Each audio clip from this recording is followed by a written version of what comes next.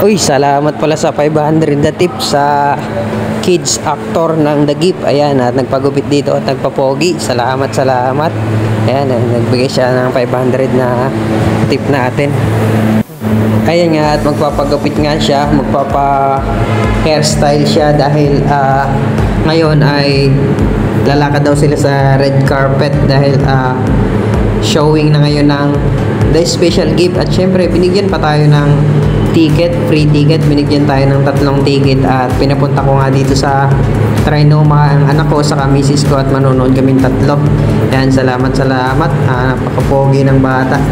At yan pala yan, shout out din pala kay boss. Ayan, sa daddy niya.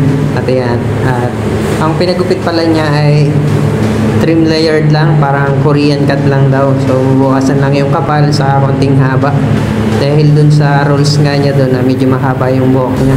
Pinatrim lang dahil sumubrang haba na. At busy din daw sila sa taping. At ayan, shout out pala kay The Barbers. Ayan, shout out kay Sir The Barbers na dating barbero, ngayon ay pulis na. Congratulations. Ayan, nag-chat nga sa atin dahil relate daw siya dun sa post natin nakaraan na bakit ako naging barbero pero college graduate naman ako. Nakarelate daw siya dun. At ngayon nga ay pasadong pulis na siya at pulis na talaga siya ngayon. Ayan, congratulations. At ayan, sa taas na tayo magbabawas. Bawasan lang daw din natin ng konti. At yan nga, trim na natin sa taas niya. Parang Korean looks lang daw pero iba brush up daw niya. After nyan, isa-shampoo natin dahil gusto rin na ma-shampoo para malinis, para mamaya susuot na lang siya nung suit na susuotin niya para sa red carpet. At yan nga, hinihintay ko na lang din yung misis ko saka yung anak ko papunta na dito sa Trinoma at manunood kami. Yan, abang-abangan nyo yung next upload namin at manunood kami.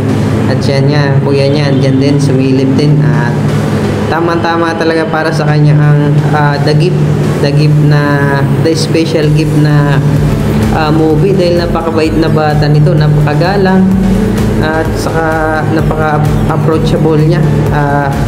Pogi pa, napakapoging bata, napakakinis na bata. Akala ko nga foreigner, yung pala hindi, ano daw siya, Tagalog talaga, Pinoy. So ayan nga, after nating ma-shampoo, blower naman natin.